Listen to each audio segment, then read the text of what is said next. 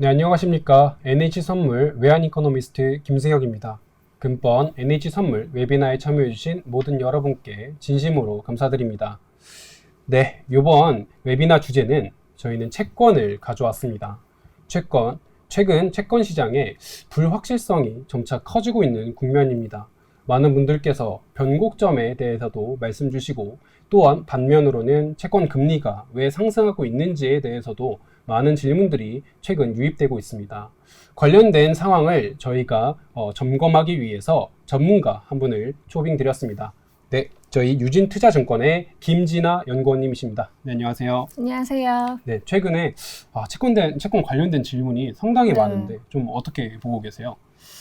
애초에 저희가 생각했던 거랑 좀 경기가 다르게 흘러가면서 이제 긴축에 대한 불확실성이 워낙 커지고 있어서 금리가 좀 변동성이 굉장히 높은 것 같습니다. 네, 저희도 많은 고객분들께서 왜 이렇게 변동성이 좀 크냐에 대한 질문을 저희한테 좀 많이 주고 계세요. 최근에 이제 물가뿐만이 아니라 고용 관련돼서도 되게 많은 질문을 받고 있는데, 연구원님 리포트 제목을 보면 금리 험난한 여정이라고 좀 적혀 있어요. 네. 이게 이제 그림 자체도 상당히 험난한 어떤 여정을 잘 표시한 것 같은데, 이 어떤 리포트 제목 배경을 좀 설명드릴 수 있을까요? 그 말 그대로고요. 저희가 일단 금리를 전망을 했을 때 여러 가지 이제 그 가정 사항들이 있을 텐데, 그 가정 사항들이 생각과 굉장히 다르게 급격하게 변화하면서 이제 기존에는 금리가 하반기에 좀 떨어질 수 있다라고 많이들 기대를 했다면, 그것과 달리 좀 변동성이 높고 떨어지는 것도 좀 예쁘게 떨어지지는 못하겠다라는 생각으로 이런 제목과 이런 이제 표지를 정하게 되었습니다. 네, 좀 기대가 되고, 개인적으로 저도 험난한 여정일 수 있겠다라고 생각하는 입장으로서 좀 어떤 내용이 담겨 있을지 연구원님의 좀 인사이트가 기대가 되는 그런 부분입니다. 그러면 자료와 함께 진행을 해주시죠. 네, 자료로 보시겠습니다. 일단 자료는 총 4개의 파트로 구성이 되어 있고요. 첫 번째, 두 번째 파트가 좀 더 이제 중요한 파트라고 생각을 하시면 될 것 같습니다. 첫 번째는 경기에 대해서 우리가 짚고 넘어가야겠죠. 지금 연준의 긴축에 대한 불확실성이 계속 커지고 있고, 그것 때문에 금리가 움직이는 가장 큰 이유는 그 기반에 경기가 깔려있기 때문입니다. 원래 우리는 경기에 대해서 뭐 작년부터 스태그플레이션이다, 뭐 침체다 이런 얘기들을 굉장히 많이 하면서 경기 둔화를 이미 많이 선반영을 해왔었는데요. 지금은 조금 그것과 다른 이제 상황으로 전개가 되어가고 있죠. 여기 중간에 있는 그림을 보시면 지난 1분기에 S&P 500의 기업들 중에서 이제 경기 침체를 언급한 기업입니다. 보통 이제 기업이 실적 컨퍼런스 콜을 할 때 경기에 대한 부분을 항상 반영을 해서 이제 실적 가이드라인을 이제 내놓게 되는데요. 2022년 EQ에 보면 238개의 기업이 경기 침체를 언급했다면, 지금 가장 최근 1년여가 지난 시간에는 절반 이하로 그 기업의 수가 줄어든 걸 알 수가 있습니다. 우리가 여러 가지 매크로 지표를 봤을 때 탑다운에서 봤을 때 지표도 굉장히 잘 나오고 있지만, 기업이 느낄 때 바텀업 지표 역시도 예상보다 괜찮다라는 거 우리가 이 부분에서 좀 확인을 해볼 수가 있을 것 같습니다. 그래서 이런 것들이 반영되면서 여기 왼쪽에 있는 그림처럼 미국의 GDP 전망치가 내년치가 이제 상향이 되고 있고요. 그리고 애초에는 연준이 올해 4분기 정도에는 기준금리 인하를 하지 않을까라고 시장에서 굉장히 강하게 기대를 했던 부분이 지금 다 되돌려지면서 연말 한 5.25에서 5.50%까지 기준금리를 인상할 것이다 라고 반영이 되어 있습니다. 근데 이제 금융시장과 실물시장은 조금 시차가 항상 발생하기 때문에 그게 금융시장 지표, 뭐 자산가격 이런 데에 항상 변동성을 야기를 하게 되고요. 우리가 경기 침체를 뭐 예상하는 방법이 굉장히 여러 가지가 있기는 하지만, 그 중에 첫 번째 가장 많이 보는 금융시장 지표로는 장단기 금리차가 있죠.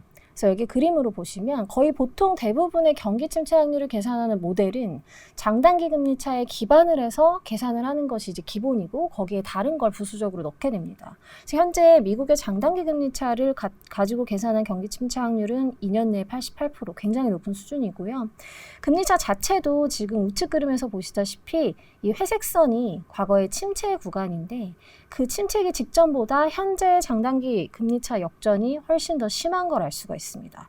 이 얘기는 뭐냐면 우리가 흔히 아는 금융위기나 IT 버블 이럴 때보다 지금 현재 금융시장 지표, 즉 장단기 금리 차에는 침체가 훨씬 더 많이 반영되어 있다라고 우리가 볼 수가 있는 거죠.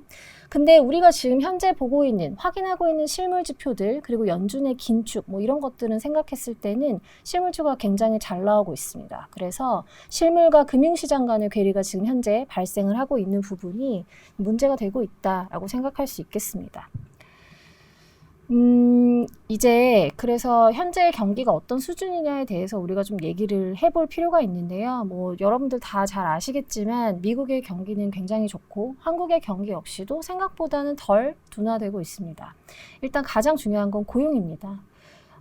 코로나 이전 10년간 평균에서는 월간 이제 평균을 봤을 때 18만 3천 건 정도의 이제 신규 고용이 발생을 했다면 2023년 이후부터는 28만 4천 건의 신규 고용이 발생하고 있습니다. 그러니까 10만 건 정도 지금 현재 신규 고용이 많이 발생을 하고 있다는 이야기고요. 이 얘기는 그만큼 사람들의 소비가 늘어날 수 있는 임금을 받는 인력이 늘어났다라고 우리가 해석을 할 수 있기 때문에 이 고용 때문에 현재 나타나고 있는 물가 상승 압력이 높다라고 해석을 할 수가 있을 것 같습니다. 그리고 최근 미국의 주택시장이 굉장히 좋은데요. 우측에 보시면 미국 가계의 채무 상환 비율입니다. 모기지 대출이나 모든 걸 다 포함한 거고요. 채무 상환 비율 자체는 굉장히 조금 높아지긴 했지만 역사적 수준에 비해서는 굉장히 낮은 수준에 머물고 있습니다. 그래서 가계 건전성 역시도 금리가 이렇게 많이 올랐음에도 불구하고 여전히 괜찮다. 그래서 현재 미국의 주택시장의 심리 개선을 여기서 우리가 확인을 해볼 수가 있겠다라고 생각이 됩니다. 그러면 이렇게 긴축을 많이 했는데 도대체 왜 경기가 꺾이지 않고 미국 경기는 계속 좋은 것이냐? 그래서 왜 추가적인 긴축을 계속 불러오고 금리 변동성이 더 높아지고 금리가 계속 상승할 수밖에 없느냐에 대해서 우리가 좀 볼 필요가 있는데요. 그거에 대한 기반은 되게 해석은 굉장히 분분합니다. 그 중에서 가장 많이 이제 제가 주목을 하는 부분은 사실 요건데요. 사이클의 분리예요. 사실 경기가 회복이 될 때는 제조업과 서비스업으로 크게 이제 두 개에 나뉘는데 제조업이 먼저 회복을 하고 그 다음에 서비스업이 중첩해서 회복을 하는 그런 모습을 보여지게 됩니다. 그러면서 경기가 회복을 하고 그리고 경기가 둔화될 때도 비슷한 그런 모습을 보이게 되는데요. 지금은 우리는 코로나 이후에 굉장히 특수한 시기이죠. 그래서 비대면이라는 특수한 상황이 껴 있습니다. 그래서 비대면 시기에는 재화 소비가 굉장히 많이 늘어났고 사람들이 나가서 소비하는 서비스 소비가 억제되어 있었는데요. 그 이후에 비대면이 풀리게 되면서 그 이전에 재화 소비에 쓰던 것들을 이제는 서비스 소비, 그러니까 그 비대면 소비에 같이 쓰고 있다라고 생각을 하시면 될 것 같습니다. 그래서 보시면 이 우측에 있는 그림이 고용인데요. 미국의 신규 고용은 보통 재화 서비스가 중첩해서 같이 늘어나는 경향이 있지만 이번 코로나 시기에는 재화 고용이 훨씬 먼저 늘고 한 3, 4개월간의 시차가 있은 후에 비대면이 풀리면서 서비스 고용이 이 밑에서 늘어나고 있는 그런 모습을 보이게 됩니다. 그래서 과거에 비해서 고용이나 기타 경기가 좋아지는 사이클이 굉장히 늘어지는 현상이 나타나고 있기 때문에 우리가 느끼기에는 긴축을 많이 했는데도 불구하고 경기가 떨어지는 속도가 굉장히 느리다라고 생각을 할 수가 있는 거죠. 그래서 이러한 특수성이 지금 연준의 긴축을 강화시키고 있는 부분이다라고 생각을 하시면 될 것 같습니다. 그렇다고 한다면은 지금 현재 되게 중요한 부분은 6월달 FOMC에서 우리가 확인을 했듯이 연준은 아직까지 굉장히 매파적인 이야기를 하고 있는데요. 연준이 언제까지 매파적일지 그리고 연준이 얘기한 매파적인 것이 단순히 우리를 위협하는 건지 아니면 긴장시키려는 건지 실제 그렇게 인상을 할 가능성이 있는 건지를 점검을 할 필요가 있습니다. 사실상 코로나 이후부터 금리가 움직이는 상황은 거의 대부분 펀더멘탈에 기반한 통화 정책이 거의 모든 것을 차지하고 있다고 해도 과언이 아니기 때문에 그 부분을 좀 봐야 할 것 같은데요. 여기 10페이지 왼쪽에 있는 표를 한번 보시면 애당초 이제 미국이나 우리나라에서 기준금리 인상을 시작했던 이유는 물가죠. 물가가 굉장히 높았기 때문에 그 물가를 억제시키기 위해서 기준금리 인상을 시작했습니다. 최근에 물가가 굉장히 좀 빠르게 떨어지고 있고 한국의 물가도 2%대에 진입을 했는데요. 그럼에도 불구하고 왜 중앙은행들이 긴축적인 이야기를 하느냐라는 것은 여기 제목에서 보시다시피 최근 물가의 이유가 수요가 아닌 공급이 좀 더 많기 때문이다라고 볼 수가 있습니다. 여기 두 가지 그림을 보시면 우리 원자재 가격이 작년에 굉장히 많이 올랐었는데 지금은 많이 떨어져서 안정이 되고 있죠. 미국의 가솔린 가격도 그렇고요. WTI도 그렇고 기타 유럽의 천연가스 가격도 거의 동일한 모습을 보여주고 있습니다. 지금 왼쪽에 있는 그림을 보시면 하늘색 부분은 물가에서 이 원자재와 혹은 식료품과 같은 공급층 요인이 차지하고 있는 비중이고요. 이 파란색은 우리가 소비하는 것들, 그러니까 수요 측 인플레이션 요인이라고 하는 것들이 차지하는 비중입니다. 보면 이렇게 물가가 급격하게 떨어지는 와중에 하늘색이 많이 줄었고 사실상 파란색은 거의 비슷한 걸 볼 수가 있죠. 이 얘기는 지금 현재의 물가 둔화 현상은 수요 측 인플레이션, 우리의 소비나 고용에서 야기되는 인플레이션 압력보다는 그 기타 외부적인 요인, 그러니까 원자재 가격과 같은 외부 요인에 민감한 것들 때문에 떨어지고 있다라고 우리가 생각을 해볼 수가 있을 것 같습니다. 근데 뭐 다 아시다시피 그 원자재 가격이나 뭐 이런 것들은 중앙은행에서 통제할 수가 없죠. 정부에서 사실 통제할 수 있는 것도 아니고요. 그렇기 때문에 물가를 중앙은행이 억제한다. 그래서 긴축 정책을 하고 금리 정책을 한다라는 것에서의 의미하는 그 물가라는 것은 공급층 물가보다는 수요층 물가를 조절하겠다라는 의미가 훨씬 더 강하다라고 보시면 될 것 같습니다. 그렇기 때문에 전체 물가가 이렇게 떨어졌음에도 불구하고 수요층 물가, 이 파란 쪽 사이드는 별로 변하지 않아서 이 부분을 고려했을 때 중앙은행이 계속 어쩔 수 없이 매파적으로 얘기할 수밖에 없는 그런 상황이다라고 이제 보시면 될 것 같고요. 중앙은행에서 되게 중요하게 생각하는 지표들이 물가 외에도 몇 가지가 있는데 가장 1번이 이제 고용이라고 생각을 하시면 됩니다. 특별히 이제 연준 같은 경우는 물가 안정과 고용 안정이 이제 그들의 목적이고요. 고용이 중요한 이유는 결국에 물가를 올릴 수도 있고 낮출 수도 있는 부분이기 때문입니다. 고용으로 인해서 우리가 대부분 근로소득을 얻고 그걸로 소비를 하는 걸로 구성이 경제가 되어 있죠. 이 왼쪽의 그림을 보시면 미국의 소비는 조금씩 떨어지고 있고요. 그렇지만 길게 봤을 때 평균치, 코로나 이전 평균치와는 거의 유사한 정도로 수렴했지 그 이전보다 나쁘다라고 말할 수는 없는 수준이긴 합니다. 그래서 미국의 소비는 지금 현재 완만하게 둔화되고 있는데 우리가 소비를 하려면 결국에 돈이 있어야겠죠. 그러면 가계에 소득이 얼마나 있고 저축이 얼마나 있냐 요거를 확인을 해야 하는데요. 이 중간에 있는 그림을 보시면 됩니다. 이 파란색 선은 물가를 고려했을 때 우리가 실질적으로 얻을 수 있는 소득이고요. 이 회색 선은 저축입니다. 지금 보면 2023년 1월부터 미국의 물가가 좀 빠르게 낮아지면서 미국 개개인 가계의 실질 가처분 소득과 저축은 떨어지다가 다시 증가 전환했습니다. 이 얘기는 보통 경제에서 무엇을 의미하냐면 소득과 저축이 늘어나고 있기 때문에 앞으로의 경제적인 상황에 있어서 가계가 소비할 수 있는 여력이 지금 현재 마련이 되고 있다라고 얘기를 합니다. 초과 저축이 마련되고 있다라고 이제 다른 얘기도 하고 있고요. 지금 현재 미국의 소비가 완만하게 둔화되고 있고 코로나 이전 수준으로 도달한 건 맞지만 그와 동시에 미국의 소득과 저축이 늘어나고 있는 것이 현재 확인이 되고 있기 때문에 생각보다 미국의 소비는 느리게 둔화될 수 있고 그렇다고 한다면 수요 측 물가 압력, 아까 봤던 우리 전장에서 봤던 그 파란색 부분, 그 부분은 떨어지는 속도가 조금 더딜 수 있다라고 생각을 할 수가 있겠습니다. 그렇다고 한다면 종합적으로 미국의 물가나 글로벌 물가가 헤드라인은 떨어지지만 수요층 인플레이션 압력을 의미하는 코어 CPI 이 부분은 좀 떨어지는 속도가 굉장히 느릴 수 있고 지금 일부분 확인이 되고 있다라고 생각이 되는 거죠. 그렇다고 하면 긴축이 사실상 지금보다 완화될 가능성은 굉장히 적다라고 생각해 볼 수가 있을 것 같습니다. 여기 보시면 미국의 물가가 그래서 지금 어느 정도의 수준이고 얼마나 목표치에서 이탈을 했기 때문에 얘네가 이렇게 강하게 계속 얘기를 하는 것이냐, 금융시장을 계속 괴롭히는 것이냐라고 보면요. 왼쪽에 있는 그림입니다. 미국의 물가 목표치는 2%이고 지금 이제 10년 기준으로 저희가 평균을 구한 건데요. 2021년 코로나 이후 평균 현재 5%이고 최근에 떨어진 것을 반영했을 때도 4% 후반대입니다. 그러니까 아직까지는 물가가 떨어지는 추세가 확인이 되고는 있으나 물가 목표치 자체에 절대적으로 2배 이상으로 물가가 높은 수준이기 때문에 연준이 지금 현재 긴축을 강하게 할 가능성이 훨씬 더 높다. 그러니까 점도표를 2번 인상한다라고 얘기를 했던 것이 단순히 구두적인 개입이 아니고 실제로 실행될 가능성도 상당히 크다라고 보는 것이 지금으로서는 맞을 것 같다라고 생각을 하고 있습니다.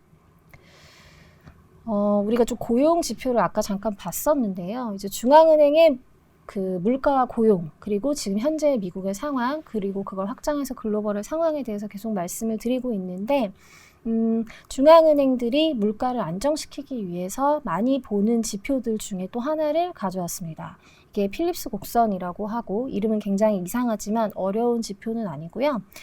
이 얘기는 뭐냐면, 실업률과 물가의 관계예요. 그래서 물가가 높으면 물가를 억제시킴으로써 어쩔 수 없이 경기를 좀 침체시켜서 실업률이 높아질 수 있다라는 그런 얘기고요. 그렇기 때문에 이 둘 간에는 이렇게 반비례하는 관계를 갖게 됩니다. 우리가 코로나 이전에 저물가에 시달렸을 때는 사실상 이 이론이 절대 맞지 않았지만 지금 현재 코로나 이후에 물가가 크게 올라가면서 글로벌리 다시 이 이론이 현상적으로 맞게 되고 있는 상황이고요. 이 이론에 맞춰서 생각을 해보면 물가와 고용은 사실상 동시에 충족될 수 없는 목표이다라는 결론에 이르게 됩니다. 이게 이제 중앙은행이 좋아하는 논리고요. 그래서 중앙은행은 이걸 통해서 결국 지금의 현상이 고용과 물가를 봤을 때 이러한 현상이라면 수요 둔화를 좀 더 공격적으로 해서 물가 안정을 유도할 수밖에 없다라는 얘기를 계속 하는 거죠. 그렇기 때문에 연준이 매파적인 기조를 유지해야 하는 이런 이유가 고용 측면에서도 우리가 확인이 된다라고 보시면 될 것 같습니다. 그러니까 두 가지죠. 매파적일 수밖에 없는 이유가 첫 번째는 소비나 고용과 같은 이제 초과 저축에 대한 부분, 그리고 두 번째는 지금 고용률 자체가 굉장히 높고 실업률이 굉장히 낮아서 고용시장이 좋기 때문에 좀 더 물가를 억제시킴으로써 이 부분을 좀 상충시키게 하는 그런 것까지 같이 있다라고 생각을 해보시면 될 것 같습니다. 그래서 그럼 결국에 이게 뭐 어떻게 되냐? 그 연준의 긴축 정책에 뭐가 어떻게 되는 거냐? 결론적으로 말씀드리면 6월 FOMC에서 연내 2번 정도 인상을 추가로 할 수 있다고 얘기를 했었는데 충분히 가능성이 있는 시나리오라고 저희는 개인적으로 생각을 하고 있습니다. 7월에는 당장 인상을 할 거고, 그리고 7월과 9월 FOMC 사이에 한 달 반 정도의 기간 동안 나오는 물가 고용 지표의 여하에 따라서 사실 9월 인상 가능성도 좀 크다라고 생각을 하고 있고요. 시장 대응을 하려면 사실 그렇게 최악의 시나리오까지 열어두고 대응을 하는 것이 굉장히 맞다라고 생각을 합니다. 지금 현재 국내 금리나 미국의 금리에는 7월 인상 한 회까지밖에 이제 반영이 되어 있지 않은 상태이기 때문에 만약에 7월 FOMC에서 한번 인상을 하고도 추가적으로 매파적으로 얘기하고 그리고 그 중간의 지표들이 굉장히 공격적으로 잘 나올 경우에는 9월 인상 가능성도 배제할 수 없기 때문에 만약에 채권에 대한 투자를 고려하신다라고 하면 지금 현재보다는 약간 3분기 중후반 이후에 불확실성이 거친 후가 이자 수익에 있어서는 좀 좋은 시점이 아닌가라고 저희는 생각을 하고 있습니다. 지금 왼쪽에 있는 그림 보면 연준의 점도표고요. 이제 3개월에 한 번씩 점도표를 주고 이걸 가이드라인 삼아서 이제 시장금리가 긴축 정책을 예측을 하고 움직이게 되는데 3월에 비해서 3개월 동안 굉장히 위원들이 매파적으로 변화한 거 우리가 확인을 할 수가 있죠. 그래서 이거의 중간값이 앞으로 추가로 2번 더 인상을 한다라고 발표가 된 거고요. 연준 역시도 전체 물가, 헤드라인 물가는 좀 낮아질 수 있지만 수요 측 인플레이션, 아까 저희가 초과 저축이나 고용이나 가계 그런 채무 이런 것들로 말씀을 드렸던 근원 물가 상승률은 좀 더 높아질 수 있다라고 전망을 했습니다. 이 얘기인 즉슨 연준이 생각했던 것보다는 고용시장이나 가계의 건전성, 초과 저축 이런 것들이 좋아서 소비가 좋을 수 있다라고 이제 보는 거죠. 실업률 같은 경우에는 원래 4.5%를 봤었는데 4.1%로 굉장히 크게 하향했습니다. 그러니까 이 역시도 연준이 3월에 예상했을 때보다는 6월 달에 고용시장이 굉장히 좋을 수 있다라고 연준이 현재 산정을 하고 있는 거죠. 그래서 전반적으로 지금 경기와 연준의 이런 전망과 여러 가지 지표들을 봤을 때는 금융시장 지표와 실물시장 사이에는 좀 괴리가 많이 존재를 하고 있고, 실물의 지표들은 기존보다는 고용과 소비를 중심으로 굉장히 긍정적으로 잘 나오고 있다. 그래서 경기 둔화 속도가 생각보다는 굉장히 느리다. 하지만 장단기 금리 차와 같은 금융시장 지표에는 아직까지 침체에 대한 부분이 좀 더 많이 반영되어 있기 때문에 이 둘 간의 간극을 줄이는 과정에서 금리의 변동성이 굉장히 높아질 수 있고 그게 연장될 수 있다라고 생각합니다. 그래서 이제 제목을 험난한 여정이다라고 지었던 거고요. 그렇기 때문에 이제 애초에 우리가 연초나 작년에 기대했던 것처럼 하반기부터는 그래도 경기 둔화가 오면서 금리가 좀 떨어지지 않을까라고 기대했던 것이 조금 뒤로 한 분기에서 2분기 정도는 이연됐다라고 우리가 보는 것이 현재로서는 좀 합리적이다라고 생각을 할 수가 있을 것 같습니다. 네, 저희가 지금까지 미국 관련된 금융시장과 실물시장의 괴리, 이로 인해서 침체 가능성이 한 분기에서 두 분기 정도 조금 더 딜레이 됐다, 이연된 상황이다라는 말씀을 들었습니다. 그러면 저희는 개인적으로 이런 매크로적 상황에 대한 전제를 기반으로 아무래도 이제 아시아 쪽 시장이 좀 어떻게 될지가 궁금한 상황인데요. 연구원님께서 최근에 보시기에 아무래도 일본에 대한 얘기가 좀 상당히 많이 나와요. 초안화 통화 정책부터 시작해가지고 이제 YCC에 대해서 상단을 높일 거냐 이런 얘기가 많이 나오는데, 과연 그럼 일본 쪽 살짝 좀 짚어주시고 결국에는 이제 우리나라가 어떻게 될 거냐 궁금하잖아요. 우리나라 쪽 한번 좀 짚어주실 수 있으실까요? 알겠습니다. 그럼 자료로 보실 텐데요. 20페이지이고요. 글로벌 인플레이션이 아까 말씀드린 대로 공급층 요인, 그러니까 원자재 뭐 이런 것들에 대해서 유발이 많이 됐기 때문에 일본도 인플레이션에서 자유로울 수가 없습니다. 우리가 잃어버린 뭐 20년 뭐 이렇게 얘기를 할 때 일본이 디플레이션이 굉장히 심한 국가다라는 거는 알고 있지만, 여기 왼쪽에 있는 그림을 보시다시피 코로나 이후에 일본의 물가가 굉장히 급격하게 올라간 걸 우리가 확인을 할 수가 있습니다. 일본 중앙은행 BOJ 역시도 이제 통화정책의 목표가 물가 안정이고요. 그게 2% 목표치를 가지고 있는 것이 동일한데요. 지금 현재 일본의 물가가 3에서 4%대를 왔다 갔다 하고 있기 때문에 일본의 물가 역시도 억제할 필요성이 이제 커진 상황인 거죠. 지금 일본의 경기는 주식시장은 굉장히 최근에 좋았습니다만 좀 둔화 중인 거는 확인이 되고 있습니다. 뭐 소비 같은 것들이 조금 떨어지고 있고요. 그간에 없었던 물가 상승이 급격하게 나타나면서 일본은 좀 실질 임금이 좀 떨어지는 그런 위험들도 같이 존재를 하기 때문에 일본 경기는 미국에 비해서 굉장히 좋다라고 얘기하기는 사실 조금 어렵다라고 생각하시면 될 것 같습니다. 그래서 지금 그 채권 시장에서 되게 중요한 거는 결국에 일본은행, 그 중앙은행에서 BOJ에서 현재 하고 있는 완화 정책, 그러니까 대규모 금융 완화 정책, YCC 정책을 계속 이어갈 것이냐 아니면 수정할 것이냐라는 것에도 이제 현재 집중이 되어 있는데요. 인플레이션뿐 아니라 어쨌든 지금 현재 엔화 역시도 일본 경제에 있어서 굉장히 큰 문제점 중에 하나입니다. 일본의 무역수지 적자가 굉장히 심화되고 있는 상황이고, 지금 이 중간에 있는 그림처럼 일본의 외환 보유고가 작년에 급격하게 줄어드는 모습을 보였는데요. 엔화 약세 속도가 굉장히 빠르다 보니까 그게 방어가 잘 안 돼서 기존의 외환 보유고에서 가지고 있던 미국채를 팔면서 엔화 가치를 좀 방어하기 위한 그런 개입들이 좀 나타나고 있습니다. 그럼에도 불구하고 지금 원화 대비 이제 엔화가 굉장히 싸죠. 그래서 일본 여행도 굉장히 많이들 가시는데 이 엔화 환율이 너무 약세를 많이 가게 되면서 추가적인 외환 시장의 방어의 필요성이 BOJ에서도 이제 생기고 있다라고 보시면 될 것 같습니다. 근데 이게 우리가 가장 손쉽게 이제 환율 약세를 방어할 수 있는 방법은 이론적으로는 금리 정책이기는 합니다. 그러니까 양국의 금리 차를 조절을 해서 그 자금의 이동을 조금 조절을 하게 되면 이제 환율의 강세 약세를 조절할 수 있다라는 이제 이론인데요.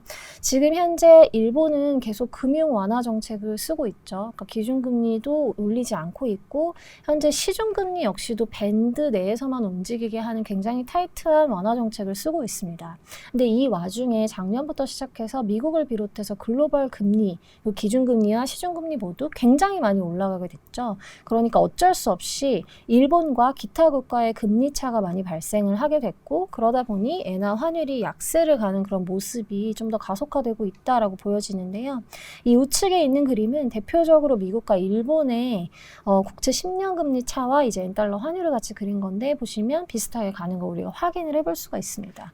그래서 최근에 엔화 약세 속도가 굉장히 강하기 때문에 BOJ에서는 추가적으로 엔화 약세 방어를 위해서 현재 밴드를 지키고 있는 YCC 정책 자체를 좀 수정할 수 있다. 그러니까 긴축적으로 수정할 수 있다라는 기대감이 좀 나타나고 있고요.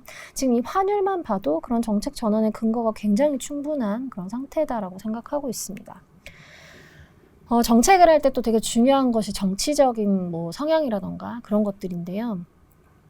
22페이지 왼쪽 그림 보시면 지금 현재 기시다 내각의 지지율 추이입니다. 작년 여름부터 해서 기시다 내각 지지율이 급락하는 모습을 보였습니다. 인플레이션과 굉장히 밀접한 관계가 있는데요. 서민들이 경기를 가장 잘 체감할 수 있는 지표는 사실 물가죠. 근데 일본 같은 경우는 아까 말씀드렸다시피 디플레이션에 굉장히 익숙한 국가입니다. 그런데 3%, 4%의 물가가 갑자기 나타나게 되면 사람들이 느끼는 바가 고통이 훨씬 더 크겠죠. 그렇기 때문에 이 기시다 내각 지지율에 대해서 조사를 했을 때 이 급락한 구간에 가장 많이 나왔던 불만 사항이 무엇이냐? 이 중간에 있는 서베이입니다. 인플레이션에 관련해서 정책이 굉장히 안 좋다, 부정적이다, 그리고 지금 현재의 물가 상승을 우리는 허용할 수가 없다라는 사람들의 의견이 60% 이상이었기 때문에 이 부분이 꾸준히 반영이 되면서 기시다 내각 지지율이 계속 떨어지고 있고요. 물론 이제 정부와 중앙은행은 약간 분리가 되어 있지만 결국 같은 방향성을 가지고 간다는 거 우리가 고려를 해봤을 때는 이런 정치적인 필요성에 의해서도 이제 BOJ 쪽에 정치적인 YCC 조정 가능성이 굉장히 커졌다라고 우리가 좀 생각을 해볼 수가 있을 것 같습니다. 현재 일본 국채 10년 금리 YCC 밴드 상단은 0.5%이고요. 지금 현재 일본 10년 금리는 0.4에서 0.5% 사이를 계속 왔다 갔다 하면서 밴드 상단에 근접해 있는 상태입니다. 그래서 밴드를 만약에 상향하게 되면 일본 금리도 그동안 눌려있던 금리가 좀 더 올라가게 되면서 미국과의 금리 차가 좀 줄어들고 엔화 약세가 어느 정도는 방어될 수 있다라고 우리가 좀 기대해 볼 수 있을 것 같습니다.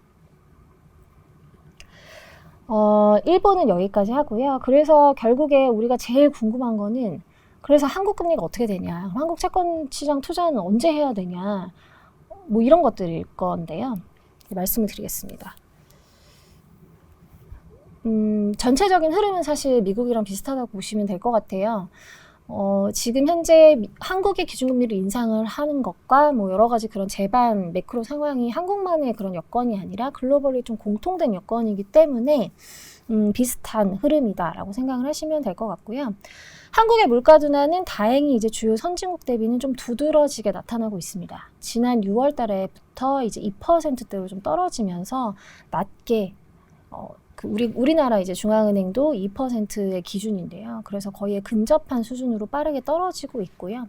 대신 한국의 물가 둔화 역시도 수요가 100%라기보다는 이제 대외적인 부분, 원자재, 석유류 뭐 이런 것들에 대한 영향이 훨씬 더 컸다는 점은 동일하다라고 생각을 하시면 될 것 같습니다. 그렇다면 아직까지는 수요 측 인플레이션 압력이 조금 더 높아서 한국은행 입장에서는 조금 더 긴축적인 스탠스를 끌고 갈 가능성이 있다라고 우리가 좀 보는 게 맞겠죠. 그래서 여기 그림을 보시면 파란색 헤드라인 CPI는 많이 떨어졌는데 이 회색 이 수요 측 인플레이션 압력을 의미하는 이 부분은 조금 떨어지는 속도가 덜 이제 둔화되고 있다라는 걸 볼 수가 있습니다.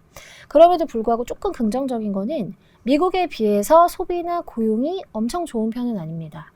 둔화되고 있는 정도이고 그 둔화의 속도가 급격하진 않지만 뭐 아주 좋은 건 아니기 때문에 우리가 실제로 미국의 뭐 초과 저축이나 뭐 이런 것들처럼 수요 측에서 물가 상승을 추가로 유발할 가능성은 상대적으로 좀 적다라고 생각을 해볼 수가 있을 것 같습니다. 소비를 우리가 간편하게 한번 잠깐 보면요. 일단 우리나라는 가계대출 비중이 굉장히 높죠. 지금 최근에 규제를 조금 풀어주게 되면서 다시 좀 반등을 하고 있는데요. 금리가 많이 올라가게 되면서 각자 가계의 그런 이자 부담이 늘어나고 있다는 점은 미국과 가장 큰 차이점이라고 보시면 될 것 같습니다. 미국 같은 경우는 대부분 고정금리 대출이기 때문에 현재 금리가 올라가는 것이 기존의 대출에는 영향을 미치지 않아서 소비 여력에는 상관이 없는데 한국 같은 경우에는 거의 변동금리 대출이 많기 때문에 이 부분이 같이 작용을 하면서 상대적으로 소비가 미국에 비해서 안 좋을 수밖에 없는 상태이고요.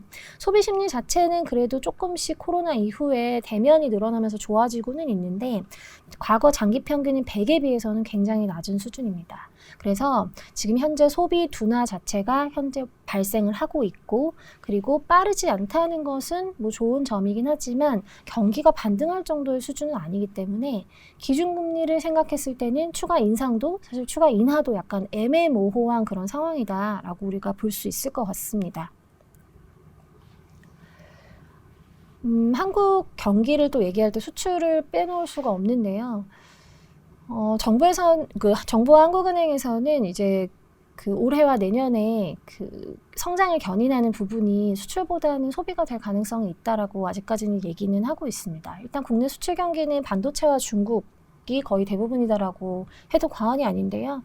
생각보다 중국의 리오프닝 효과가 좀 불확실한 상황이고 지금 현재 국내 무역 실적자가 조금씩 개선이 되고는 있지만 완전히 반도체 경기가 바닥이어서 지금부터 급반등을 한다라고 보기는 조금 어렵기 때문에 그런 부분에 있어서는 수출은 약간 중장기적인 불확실성이 있다라고 생각이 됩니다. 그래서 전반적으로 소비와 수출을 봤을 때는 급격한 둔화는 아니지만 미국에 비해서 경기가 좋아서 긴축을 추가로 인상을 추가로 더 많이 해서 견딜 수 있는 상황은 아니다라고 우리가 좀 결론적으로 볼 수가 있겠습니다. 그리고 최근에 많은 관심이 있는 부분인데요. 작년에 레고랜드 사태도 있었고 이제 PF 문제가 있습니다. PF 문제는 작년 레고랜드 이후에 대주단 협약이나 여러 가지 이제 그 조치들을 통해서 어느 정도는 조금 지나간 그런 모양새긴 하지만 굉장히 작은 부분에서는 조금씩 터지고 있는 것이 사실입니다. 결국 덮어둔 건지 해결된 것은 아니고 PF는 거의 대부분 변동금리 대출 부자산이기 때문에 이걸 생각을 해봤을 때는 우리나라가 미국을 따라서 기준금리 인상을 추가로 더 할 수가 있겠느냐 에는 요 PF가 굉장히 크게 발목을 잡을 수밖에 없는 상황이다라고 우리가 좀 볼 수가 있을 것 같습니다. 보시면 은행보다는 이제 그 외에 부분에서 이제 증권이나 여전사나 저축은행과 같은 그 외의 금융권에서 아파트나 고위험 사업장에 굉장히 위험한 대출 비중이 훨씬 현저하게 높은 수준이기 때문에 이런 것들을 전반적으로 고려했을 때는 소비나 수출이 크게 좋지 않고 이런 걸 떠나서 PF만으로도 봤을 땐 우리나라가 기준금리 인상을 미국을 따라가기는 조금 어려운 부분이 충분히 있다라고 우리가 생각을 해볼 수가 있을 것 같습니다. 그래서 하나 중요한 건 이제 기준금리죠. 그래서 한국은행의 기준금리 결정이 어떻게 될 것이냐. 이제 7월 14일 금통위도 우리가 앞두고 있는데요. 확실하게 이것 때문에 인하를 안 하고 이것 때문에 인상을 안 한다라기보다는 인하도 인상도 사실 어려운 굉장히 애매모호한 상태에 갇혀 있다. 그래서 이도저도 할 수가 없는 상태이다라고 말하는 게 이제 좀 맞을 것 같습니다. 일단 물가는 아까 앞에서 보셨다시피 2%대로 떨어지면서 좀 안도감이 있고 선진국에 비해서는 좋은 편인 건 맞는데 수요 측 인플레이션 압력은 아직 완전히 떨어져서 중앙은행이 안심을 할 정도는 아니죠. 그렇다고 본다면 인하를 할 수는 없습니다.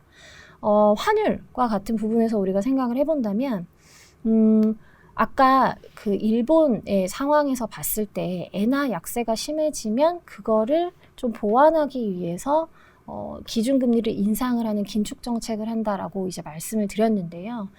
지금 현재 미국이 만약에 추가로 1, 2회 정도 인상을 하게 되면 한국과 미국의 기준금리 격차는 역대 최고 수준으로 벌어지게 됩니다. 그러면 그걸로 인해서 우리나라의 환율 변동성이 굉장히 높아지는 것이 아니냐라고 우려를 할 수 있고 그렇다고 한다면 결국에 금리 정책으로 그러니까 기준금리 인상으로 그 부분을 대응할 수 있지 않겠나라는 우려감까지 좀 확장을 해볼 수가 있을 것 같은데요.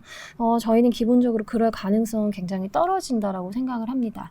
일단 앞에서 설명을 드렸던 소비와 그 수출과 PF와 같은 기본적인 경제 펀 펀더멘탈 부분이 인상을 감내하기에는 조금 어려운 상황인 것은 맞고, 그리고 지금 현재 환율과 같은 경우에는 작년은 대외금리차뿐 아니라 레고랜드에 대한 유동성 경색이라던가 긴축의 최종에 대한 불확실성 이런 것들이 혼재되어 있던 상황이었기 때문에 지금 현재에 비해서는 환율 변동성이 한 30-40% 정도 높았던 시기입니다. 레벨도 100원 이상 높았고요.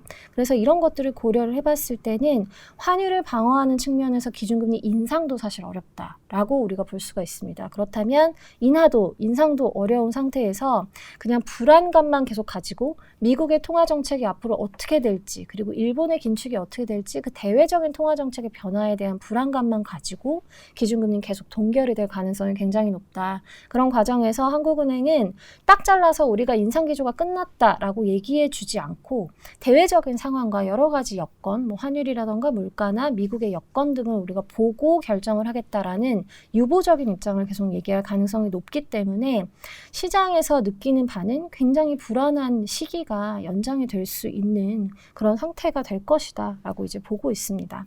그래서 종합적으로 말씀을 드리면 결국 미국이든 한국이든 이제 많은 국가들의 하반기 금리는 굉장히 험난한 여정일 것이라고 생각이 되고요. 생각과 달리 이제 경기 침체가 잘 진행이 되지 않고 경기 둔화의 속도가 굉장히 느리고 오히려 지표가 잘 나오게 되면서 긴축이 장기화되는 그런 현상이 나타나게 되었습니다. 그래서 이런 것들을 고려를 해봤을 때, 그리고 기존의 금융시장 지표들이 침체를 어느 정도 반영을 하고 있어서 그간의 이제 괴리 이런 것들을 같이 고려를 한다고 하면 하반기의 금리는 생각보다는 떨어지지 못하고 오히려 옆으로 좀 가다가 4분기 정도의 긴축이 전부 끝났다라는 확신이 들 때쯤에야 조금 금리가 떨어질 수 있겠다라고 생각을 하고 있습니다. 그래서 만약에 신규로 채권을 투자를 한다, 그리고 우리가 캐리 수익을 얻고자 한다라고 하면 사실 불확실성은 좀 크지만 3분기가 가장 적기다라고 생각이 들고요. 만약에 내가 불안을 조금 피하고 싶다라고 한다면 9월 FOMC까지는 우리가 확인을 한 다음에 시장에 진입을 하시는 게 가장 좋은 시기가 아닌가라고 생각을 하고 있습니다. 네, 여기까지 저희가 세미나 내용을 쭉 한번 들어봤고요. 정리를 해보자면 이제 매크로적 면에 있어서는 아무래도 긴축 환경이 좀 더 장기화될 수 있을 거다. 미국의 소비와 고용이 아직까지는 견고한 상황이다라는 점을 좀 짚어주셨고, 그거를 금융 부분에서는 선반영을 했지만 실물 경기 면에서는 아직 그거를 반영하지 못하고 있는 상황이다라는 말씀을 같이 주셨습니다. 그리고 그 이후에 일본에 대한 얘기를 좀 잠깐 점검해 주셨고, 마지막으로 한국의 기준금리가 어떻게 될 것이냐, 인상과 인하 둘 다 녹록지 않은 상황 속에서 동결될 가능성이 좀 더 높을 것이고 3분기에서 4분기로 넘어가는 그 시점이 어느 정도 본인의 어떤 불확실성에 대한 어떤 편승 가능성에 따라서 다른 정책을, 그리고 다른 어떤 투자 전략을 세우는 게 적합하다라는 말씀까지 좀 같이 주셨습니다. 내용을 좀 쭉 듣다 보니까 저뿐만이 아니라 많은 분들께서 좀 다양한 궁금증 그리고 다양한 질문을 좀 주셨어요. 이제 그 부분에 있어서 제가 2가지 정도 질문을 좀 추려봤는데요. 우선 첫 번째 질문은 연준 통화 정책 중에서 물가와 고용, 사실 이 2개가 가장 중요한 팩터인데 이 물가와 고용 어느 것을 좀 더 초점을 맞춰서 운용할 것이냐, 뭐가 더 중요하냐라는 질문이 주셨습니다. 좀 어떻게 보세요? 일단 기본적으로는 둘 다 중요한데, 그리고 지금 이 이전의 인상 국면에서는 물가가 고용보다는 훨씬 더 중요한 팩터였던 거고요.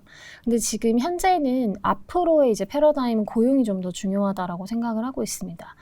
지금 물가가 안 떨어지는 가장 큰 이유가 수요 측 인플레이션 압력이다라고 말씀을 드렸잖아요. 근데 이제 그것이 우리의 초과 저축, 고용, 소득, 이런 이제 부분들인 거죠. 결국에 거의 대부분의 소득과 이제 저축을 구성하는 요인은 우리가 근로소득이 가장 크잖아요. 그렇기 때문에 고용이 계속 잘 나오게 되면 결국 수요 측 인플레이션 압력도 되게 늦게 떨어지는 거죠. 그러면 물가 자체가 늦게 떨어지는 귀결이 되니까 중앙은행이 긴축을 계속 할 수밖에 없는 거죠.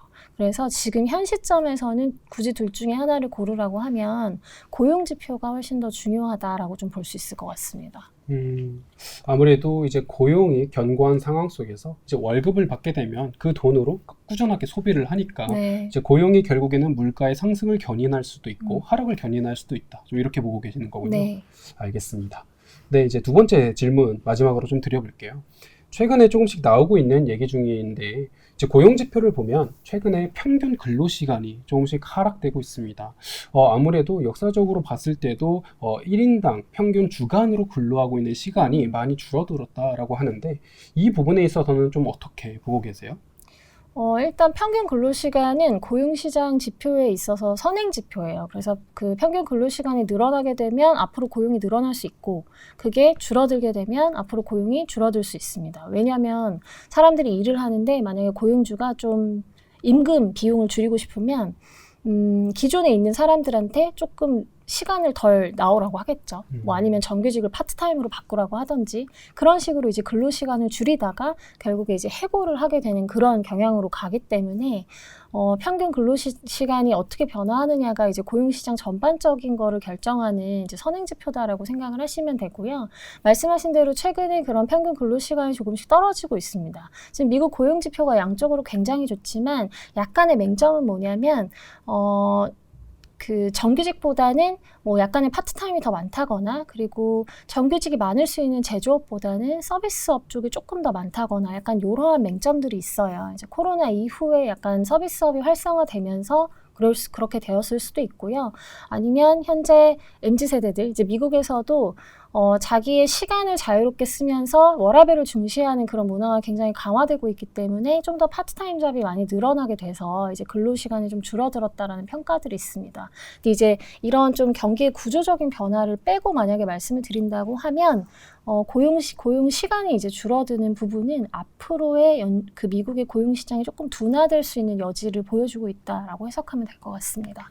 아무래도 이제 근로 시간이 줄어들게 되면 기업들이 바로 해고를 하는 게 아니라 어느 정도 노동 저장을 했다가 임계점을 갔을 때 이제 해고로 다시 한번 돌아설 수 있다라는 네. 말씀을 주신 거군요. 알겠습니다. 네, 우선 저희가 시간 관계상 Q&A는 여기서 마무리를 짓도록 하겠습니다. 네, 요번 하반기 전망 세미나에서 저희가 채권 시장을 좀 다뤄봤는데요. 많은 분들께서 김진아 연구원님께서도 말씀하셨다시피 불확실성이 상당히 커진 국면입니다. 이런 불확실성을 저희가 어떻게 대처를 할지, 어떠한 투자 전략을 수립할지가 가장 중요한 시점인 것 같습니다. 이 영상을 시청하시는 모든 분들께서는 관련된 전략을 좋게 설립하셔서 훌륭한 투자 하시길 바랍니다. 지금까지 수고해주신 김진아 연구원이셨습니다. 수고하셨습니다. 감사합니다.